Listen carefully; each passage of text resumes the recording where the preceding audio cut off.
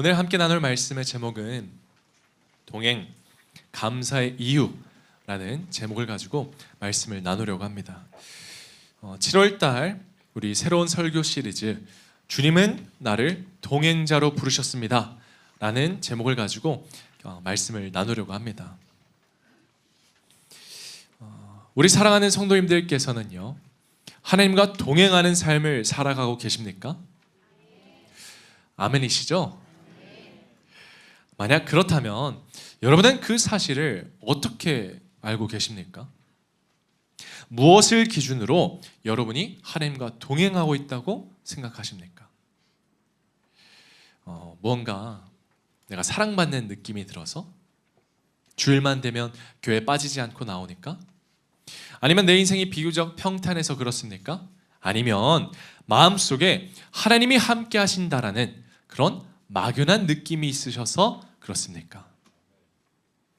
사실 우리는 동행이라는 말을 참 많이 사용하면서도 정작 그것이 무엇을 의미하는지는 깊이 생각하지 못할 때가 있습니다. 저는 오늘 이 7월달 새로운 시리즈를 준비하면서 이 동행자라는 단어를 영어로 어떻게 표현할 수 있을까 찾아보다가 제가 참 의미 있는 단어를 발견했습니다. 바로 companion이라는 단어입니다. 영어 companion은 라틴어에서 유래를 했는데요, 함께를 의미하는 콤과 빵을 의미하는 파니스, 직역하자면 같은 식탁에서 함께 빵을 나누는 사람이라는 뜻입니다. 그리고 시간이 지나면서 인생을 함께 걸어가고 늘 곁을 지켜주는 사람으로 사용이 되었죠. 흥미롭게도 우리나라에서 굉장히 비슷한 표현이 있습니다. 바로 식구라는 말입니다. 식구는 말 그대로 한 집에서 함께 살며 끼니를 같이 하는 사람을 의미하죠. 여러분, 하나님이 나와 동행하신다는 의미도 마찬가지예요. 하나님은 내가 삶에 있어서 살아가면서 필요할 때만, 내가 어려울 때만, 내가 잘 될 때만 내 인생에 찾아오시는 것이 아니라 주님은 나와 함께 삶을 나누는 식구로서 우리와 함께 하십니다. 다시 말하면 하나님과 동행한다라는 것은 특별한 순간에만 하나님을 만나는 것이 아니라 나의 평범한 일상 속에서 하나님과 관계를 맺으며 살아간다는 것을 의미합니다. 그래서 동행이라는 말은요, 나와 주님과의 관계성으로만 이해해야 하죠. 주님께서 나를 어떻게 생각하시고 나와 어떤 관계를 맺고자 하는지를 우리가 안다면 우리는 동행이라는 말의 참된 의미를 깨달을 수 있습니다. 오늘 본문을 같이 볼게요. 오늘 본문은 예수님이 이제 기도를 하시고 본격적인 사역을 시작하기 전에 제자들을 부르시는 장면입니다. 우리 13절과 14절 중간까지 같이 한번 읽어볼게요. 시작. 또 산에 오르사 자기가 원하는 자들을 부르시니 나온지라. 이에 열둘을 세우셨으니 이는 자기와 함께 있게 하시고. 여기까지. 주님이 제자들을 택하고 부른 이유는 그들로 하여금 어떠한 부귀영화를 누리기 위해서가 아니었습니다. 그들에게 섬김을 받기 위해서도 아니었어요. 주님은 가장 먼저 그들과 함께 있기를 원하셨습니다. 오늘날 교회를 다니지 않는 많은 사람들은요, 때론 이런 오해를 할 때가 있어요. 교회는 결국 사람을 모으려고 하는 곳이다. 사람을 모아서 일을 시키고 헌신하라고 하고 봉사시키려고 사람들을 부른다. 그래서 어떤 사람들은 교회에 깊숙이 들어오는 것을 큰 부담처럼 느끼죠. 혹시 나도 뭔가 해야 하는 건 아닐까? 혹시 나도 다른 어리석은 사람들처럼 이용당하는 건 아닐까? 그러나 오늘 본문이 보여주는 것처럼 예수님께서 제자들을 부르신 첫 번째 이유는 어떠한 일을 맡기기 위해서가 아니었어요. 어떤 일을 시키기 위해서가 아니라 주님은 제자들을 먼저 관계 속으로 부르셨습니다. 오늘 우리도 마찬가지예요. 여러분, 주님은 우리를 동행자로 부르셨습니다. 여러분과 함께 삶을 나누고 주님과의 사랑의 관계를 누리게 하기 위해서입니다.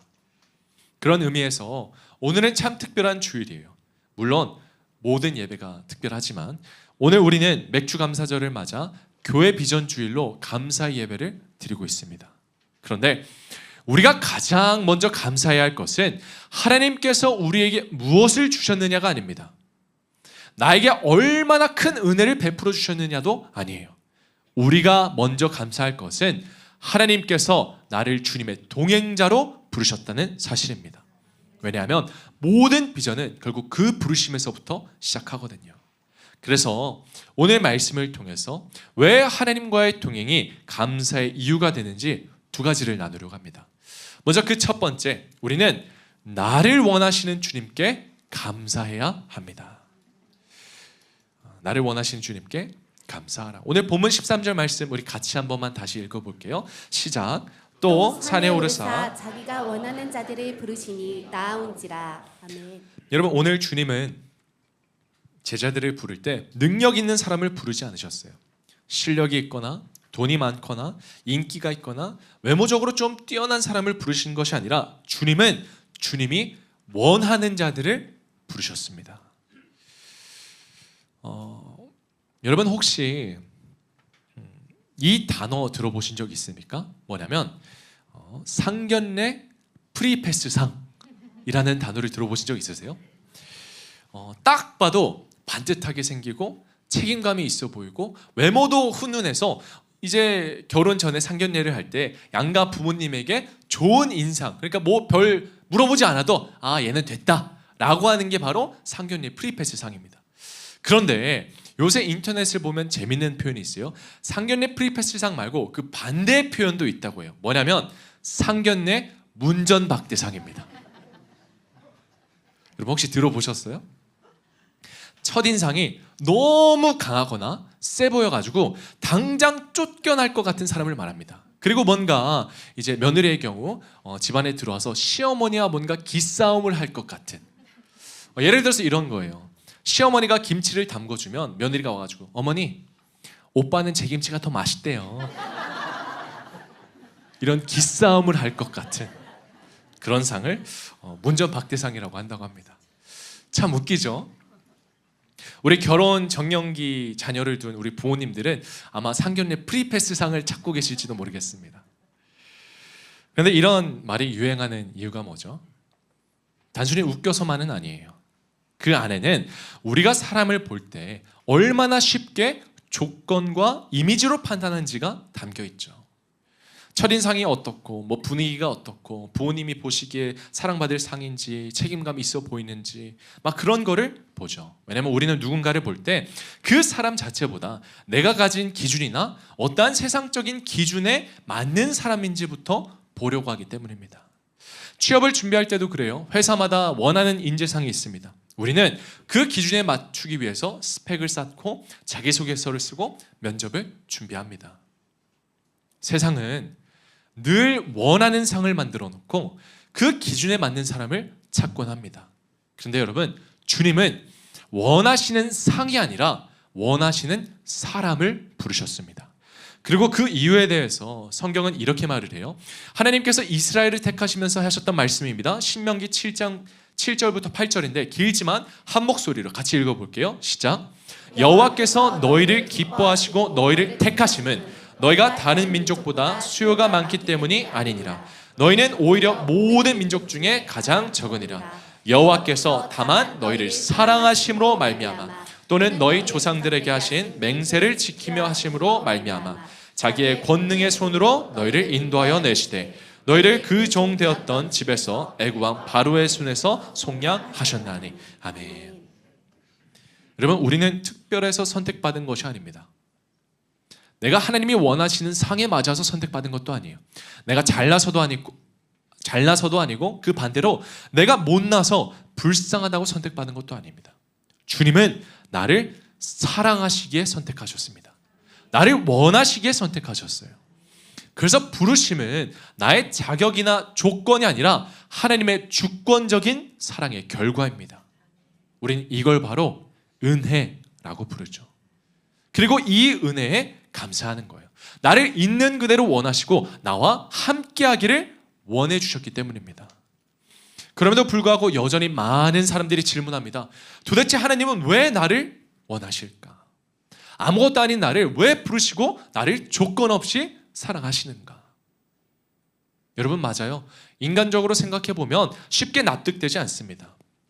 그런데 부모가 자녀를 사랑할 수 있는 이유를 설명할 수는 없어요. 여러분, 왜 자녀를 사랑하십니까? 왜 첫째를 사랑하세요? 왜 둘째를 사랑하세요? 공부를 잘해서?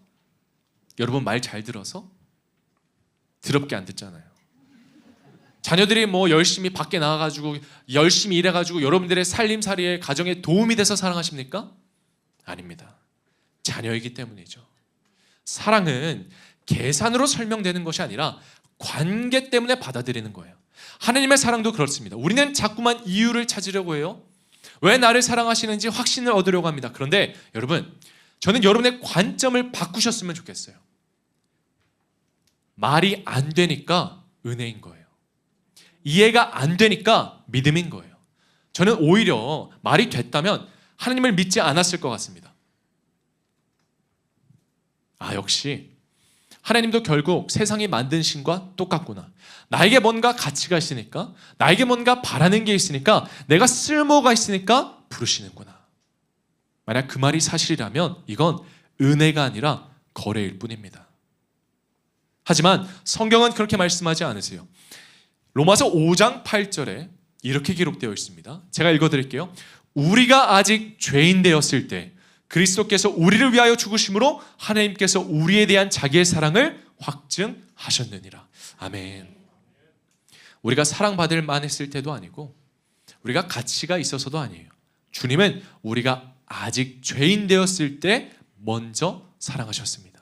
이것이 우리를 향한 하나님의 마음이고 이것이 우리를 향한 하나님의 사랑입니다. 그래서 은혜란 이해하는 것이 아니라 받아들이는 거예요. 하나님의 사랑은 설명되는 것이 아니라 믿는 것입니다. 여러분, 세상은요, 선택받은 사람이 가치 있다고 말하지만 하나님께서는 선택하신 사람을 가치 있게 만들어 가심을 믿으시기 바랍니다. 그리고 이 사랑을 누구보다 깊이 깨달은 사람이 있어요. 바로 사도 바울입니다. 바울은 자신의 삶을 돌아볼수록 자신에게 자랑할 것은 아무것도 없다라는 것을 잘 알았어요. 살인자였고 박해자였으며 위선자였습니다. 아무리 노력해도 자신의 과거를 바꿀 수는 없었습니다. 그런데 그런 바울에게도 평생 흔들리지 않았던 한 가지 확신이 있었어요. 그게 바로 부르심의 확신입니다.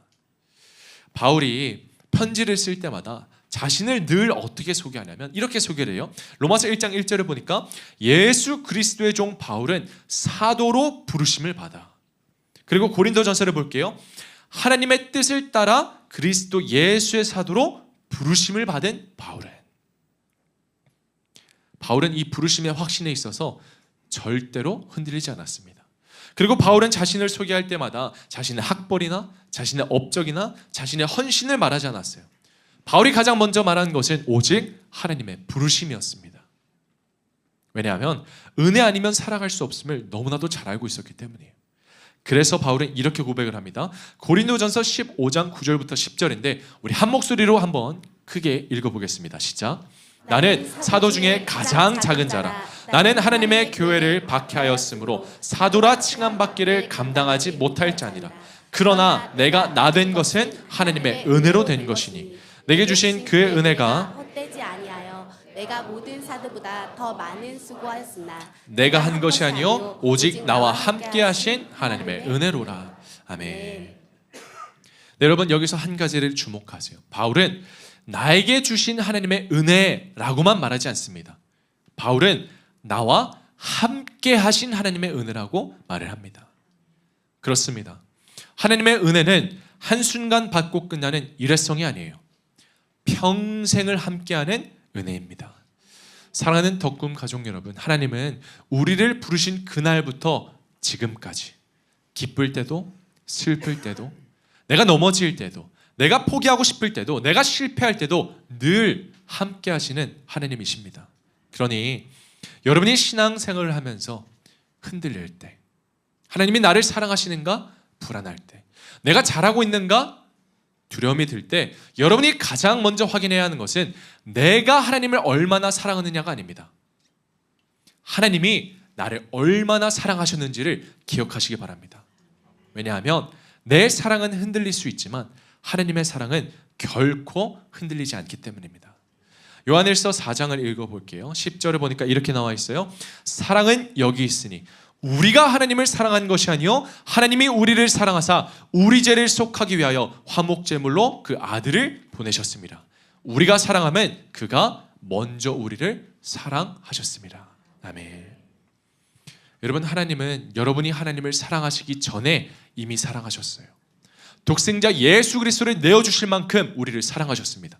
여러분이 교회 와서 봉사하기 전부터, 여러분이 어떤 헌신을 하기 전부터, 어떤 직분을 받기 전부터 하나님은 우리를 사랑하셨습니다. 그래서 우리는 은혜를 갚기 위해서 신앙생활하는 사람들이 아니라 은혜에 감사하기 때문에 신앙생활을 하는 사람이에요. 그리고 오늘 본문 13절 마지막을 다시 보면 이렇게 기록되어 있습니다. 또 산에 오르사 주님이 원하시는 자들을 부르시니 나아온지라. 제자들은 사랑의 관계를 원하시는 주님 앞에 나아왔습니다. 여러분, 오늘 우리가 하나님께 나오는 이유도 마찬가지예요. 하나님께 무엇인가 인정을 받기 위해서도 아니고 하나님께 사랑받기 위해서도 아닙니다. 먼저 나를 원하시고 먼저 나를 사랑하시고 먼저 나를 부르신 하나님 앞에 감사로 나오는 것입니다. 오늘 여러분들은 여러 감사 제목을 맥주 감사절 봉투에 쓰셨을 거예요. 그러나 우리에게 제일 먼저 회복되어야 할 감사는 아무것도 아닌 나를 먼저 원하신 주님의 부르심에 대한 감사입니다. 나아가서 여러분, 많은 교회 중에서 더 꿈의 교회에 부르신 하나님께 감사하시기 바랍니다. 꿈의 교회에서 말씀 듣게 하시고 함께 예배하게 하심에 감사하십시오. 한 비전과 한 사명을 갖고 동행하게 하시는 주님의 은혜에 감사하시기 바랍니다. 왜냐하면 결국 그 모든 것들이 나를 원하시는 주님의 사랑이기 때문입니다. 저는 저와 여러분이 주님의 사랑을 얻기 위해서 하나님께 나아가는 사람이 아니라 이미 받은 사랑에 감사로 나아가는 하나님의 자녀가 되시기를 예수 그리스도의 이름으로 축원합니다. 우리가 한 걸음 더 나아가서 우리는 나를 사용하시는 주님께 감사해야 합니다. 나를 사용하시는 주님께 감사하라. 우리 본문 14절 같이 한번 읽어볼게요. 시작. 이에 12를 세우셨으니 이는 자기와 함께 있게 하시고 또 보내사 전도도 하며. 네. 오늘 본문을 보면 예수님께서 제자들을 부르신 목적이 두 가지가 나와요. 첫 번째, 자기와 함께 있게 하시고, 그리고 두 번째는 또 보내사 전도도 하게 하시려고. 예수님은 제자들을 사랑하시는 걸로 끝내지 않으셨어요. 함께 하시고 끝내지 않으셨습니다. 함께한 사람을 세상으로 보내셨습니다. 여러분, 우리가 조금은 솔직하게 말하면 나를 사용하시는 주님께 감사하라 라는 말은 와닿지 않을 수도 있어요. 어쩌면 감사보다 부담이 먼저 들지도 모릅니다. 왜냐하면 하나님께 사랑받는 건 좋아요. 그죠? 뭔가 내가 소중한 사람이 된 것 같고 내가 가치가 있는 것 같아요. 하나님께서 나를 원하신다는 것도 감사합니다. 그런데 하나님이 나를 사용하신다고 말하면 왠지 모르게 부담부터 느껴져요. 내가 수고해야 할 것 같고 책임져야 할 것 같고 내가 희생해야 할 것 같습니다. 그래서 어떤 성도들은 하나님께 사랑만 받는 것에 익숙해요. 교회 생활도 마찬가지죠. 교회를 헌신하기보다 교회를 그저 다니고 소비하는 것에 익숙합니다. 그런데 여러분, 그건 하나님께서 우리를 사용하시고자 하는 이유를 오해해서 그래요. 하나님께서 우리를 사용하시는 이유는요, 하나님께 일손이 부족해서가 아니에요. 우리의 도움이 없으면 하나님 나라가 멈춰서도 아닙니다. 그렇다면 왜 우리를 사용하실까? 여러분, 하나님께서는요, 우리 인생을 가장 가치 있게 만들어 주시기를 원하십니다. 제가 예를 들어 볼게요. 여러분, 우리가 가진 스마트폰이 아무리 최신형이고 아무리 데이터가 많고 아무리 좋아 보여도 전화도 하지 않고 인터넷도 안 하고 그냥 카메라만 찍는 걸로 한다면 이 스마트폰이 본래 만들어진 목적대로 사용하는 게 아닙니다. 자동차도 똑같아요. 아무리 비싸고 엔진이 좋고 좋은 차라도 평생 주차장에만 세워둔다면 겉모양은 유지할 수 있어도 자동차의 존재 목적은 이루지 못합니다. 여러분, 사람이 언제 가장 불행해지는 줄 아세요? 집이 쫄딱 망했을 때? 내 건강이 나빠졌을 때? 뭐 사랑하는 사람에게 배신당했을 때? 아닙니다. 삶의 목적과 삶의 이유를 상실할 때 가장 불행해집니다.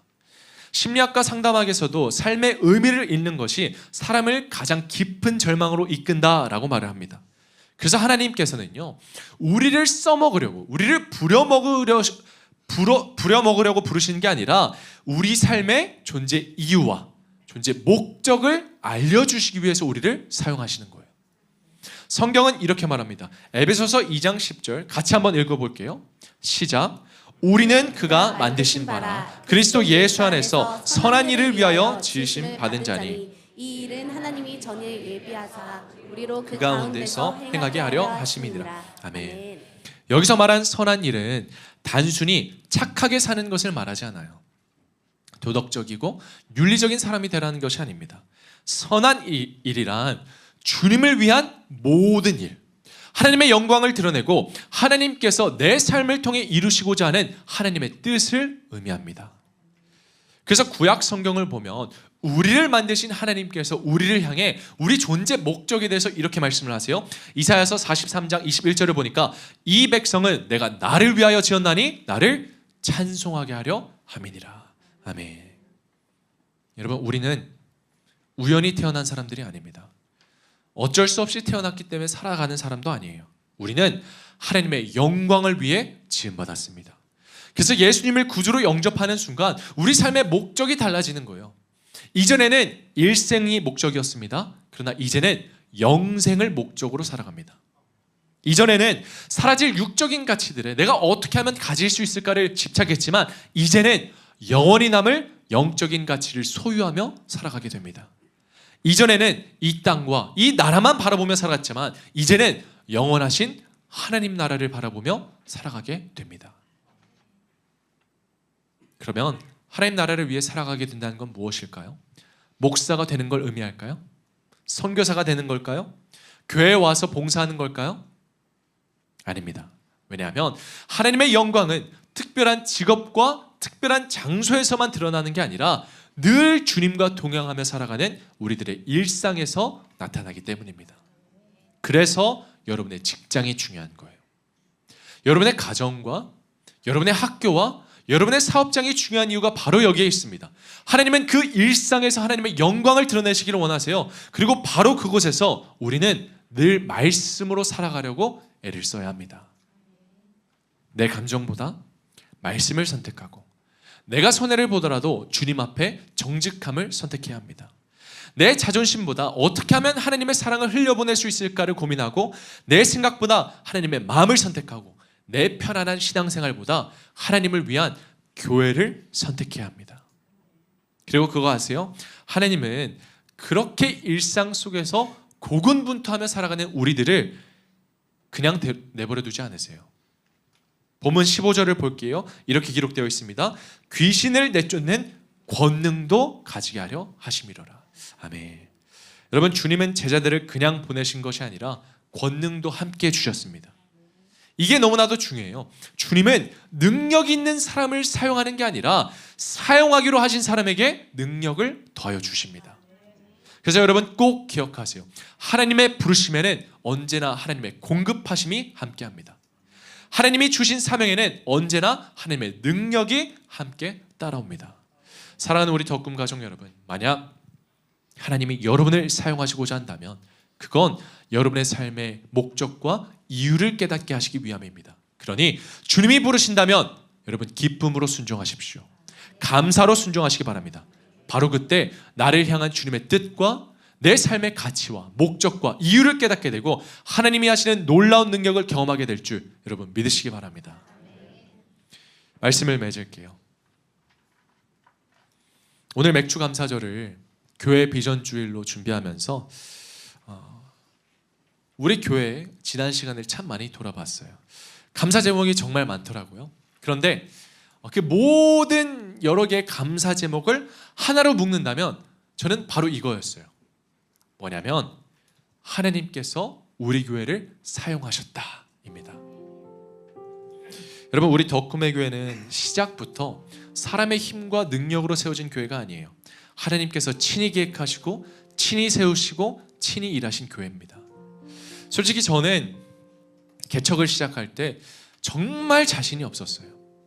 제가 뭐 능력이 있는 것도 아니고 뭐 사역을 탁월하게 하는 것도 아니고 말씀을 끝내주게 전하는 것도 아니고 그리고 돈도 있는 것도 아니었어요. 모든 것이 준비되어 있던 것도 아니죠. 근데 오히려 준비되어 있다고 생각했던 것들이 무너지기 시작했습니다. 지원받기로 했던 재정도 받을 수 없게 되었고, 사람의 눈으로 보면 소망이 보여야 되는데 소망이 아니라 걱정과 근심이 먼저 보였습니다. 제가 그때 가장 많이 하나님께 물었던 질문이 뭔 줄 아세요? 수없이 고민했던 거. 주님, 정말 할 수 있을까요? 주님, 이게 될까요? 그런데 그때 하나님이 저에게 이렇게 말씀하셨어요. 너가 하는 게 아니라 내가 너를 사용하겠다. 내가 덕꿈의 교회를 원한다. 내가 이 교회를 사용하고자 원한다. 저는 그 말씀 앞에 그저 순종하기 시작했습니다. 그때부터 하나님은 정말 사람이 할 수 없는 일을 보여주기 시작했어요. 텅텅 비어있는 이 공간에 예배당을 세우기 시작하셨고, 아무도 없던 곳에 하나님이 한 사람 한 사람 부르시면서 공동체를 이루게 하셨습니다. 그리고 오늘 이렇게 우리가 함께 예배할 수 있게 된 거예요. 더 나아가 정말 감사하게도 하나님은 우리 덕꿈의 교회에 새로운 종교 부지를 허락하셨습니다. 자세한 건 제가 이따 교회 비전 나눔 시간 때 설명해 드릴 건데요. 저는 이게 단순히 하나님이 우리에게 땅 하나를 주신 사건이라고 생각하지 않아요. 하나님이 우리에게 이렇게 약속하시는 것 같아요. 내가 앞으로도 너희를 사용하겠다. 내가 앞으로도 덕꿈의 교회를 통해 일하겠다. 저는 오늘 예배를 준비하면서 다시 한번 깨달았어요. 여러분, 순종하는 자만이 하나님의 능력을 경험하게 됩니다. 가만히 서 있잖아요. 그럼 내 능력의 한계만 보여요. 나만 보여요. 그러나 하나님께 사용받기로 결단하는 순간 내 능력이 아니라 하나님의 능력이 보이기 시작합니다. 그래서 여러분, 주님께 사용되어지는 하나님의 부르심과 사명은 부담이 아니에요. 특권입니다. 사명은 짐이 아니에요. 축복입니다. 사랑하는 덕꿈 가족 여러분, 저는 앞으로도 우리 덕꿈의 교회가 이런 교회가 되기를 소망합니다. 사람의 능력을 자랑하는 교회가 아니라 하나님의 능력을 자랑하는 교회. 어떤 건물을 자랑하는 교회가 아니라 하나님께 쓰임받는 것을 가장 큰 기쁨으로 여기는 교회. 사람들이 좋은 교회다 라고 말하는 교회가 아니라 하나님께서 내가 사용하고 싶은 교회다 라고 말씀하시는 교회. 그런 덕꿈의 교회가 되기를 간절히 소망합니다. 오늘 맥주감사절에는 하나님께서 여러분을 사랑으로 부르신 것에만 감사하지 마시고 나를, 우리를, 그리고 우리 교회를 하나님 나라를 위해 사용하시고자 하는 그 하나님께 감사하는 마음으로 나아가는 저와 여러분 되시기를 예수님의 이름으로 축원합니다. 오늘 두 가지를 알려드렸습니다. 나를 원하시는 주님께 감사하시고 나를 사용하시는 주님께 감사하십시오. 그때 우리는 우리 인생의 참된 가치와 목적과 이유를 깨닫게 될 줄 믿습니다. 우리 시간 이 마음을 가지고 우리 같이 찬양 부를게요.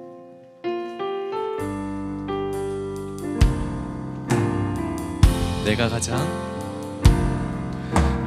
가장 후회하지 않는 일,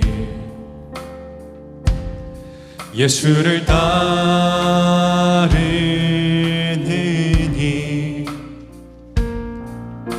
내 꿈을 버리고 내 사랑들 뒤로 하고 나를 부르신 주님과 동행하는 일, 나의 평생에 소원하는 일,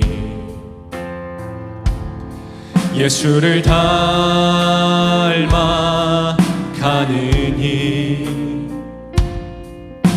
굳은 마음 제하시고 사랑을 가르치신 나의 예수님을 사랑하는 일, 날 부르심에 감사, 날 놓지 않으심 감사, 하늘 보좌 버리고 날 사랑하심에 감사, 나의 모든 삶을, 남은 모든 인생을 예수님과 함께 걷겠습니다. 주님이 이렇게 물어봅니다. 내가 나를 사랑하느냐 내가 나를 사랑하느냐 내가 나를 사랑하느냐 주님 내게 물어보시네. 우리 이렇게 고백합시다. 내가 주를 사랑합니다. 내가 주를 사랑합니다. 내가 주를 사랑합니다. 내가 주를 사랑합니다. 내가 주님을 사랑합니다. 내가 주를 사랑합니다. 내가 주를 사랑합니다. 내가 주를 사랑합니다. 내 사랑을 주가 아십니다. 날 부르심에 감사 날 놓지 않으심 감사 하늘 보좌 버리고 날 사랑하심에 감사 나의 모든 삶을 남은 모든 인생을 예수님과 함께 우리 다시 한번 고백합니다. 날 부르심에 감사 날 부르심에 감사 날 놓지 않으심 감사 하늘 보좌 버리고 날 사랑하심에 감사 나의 모든 삶을 남은 모든 인생을 예수님과 함께 걷겠습니다. 우리 시간 함께 기도하실 때 여러분 오늘도 주님은 나를 원하시고 나를 사용하시기를 원하십니다.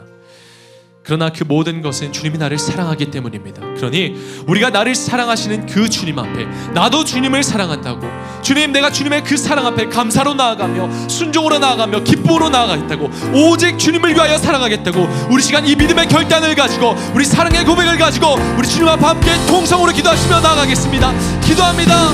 주님의 감사 이 시간 주님께서 깎기를 원하시고 나를 놓지 않으시고 여전히 나를 원하시고 아무것도 아닌 나를 연약한 나를 부족한 나를 주님이 원하시고 사랑하시니 주님 이 시간 주님께 사용되어지기를 원하오니 아버지 내 삶 가운데 하나님의 뜻이 이루어지게 하여 주시옵고 오직 하나님의 영광을 위하여 살아가는 우리가 되게 하여 주시옵소서. 주님 내가 살아가는 모든 순간 오직 주님을 사랑한다며 고백하고 싶습니다. 주님을 사랑한다고 말하고 살고 싶으니 주님 내 삶을 통하여 주님의 사랑이 드러나게 하여 주시옵소서. 주님을 향한 사랑이 드러나게 하여 주시옵고 주님 나를 위하여 모든 것을 버리신 그 주님과 동행하며 살아가는 우리가 되게 하여 주시옵소서. 아버지 오늘도 나를 부르시고 오늘도 나를 원하시고 오늘도 나를 사용하시고자 하는 그 주님 앞에 우리가 이 시간 믿음으로 함께 나아가기를 원합니다. 주님 오늘도 나를 부르시니 감사합니다. 아버지 부르심에 감사 날 놓지 않으신 감사 아무것도 아닌 나를 불러주시고 보좌 버리 나보다 나를 먼저 사랑하시니 주님 우리가 그 사랑의 믿음으로 나아가기를 원합니다. 주님의 삶의 모든 삶 가운데 이 부르심의 확신을 붙들며 주님의 사랑 앞에 우리가 겸허히 나아가는 우리가 되게 하여 주시옵소서. 사랑의 하나님 아버지 내가 사랑하기 전에 나를 먼저 사랑해 주심에 감사드립니다.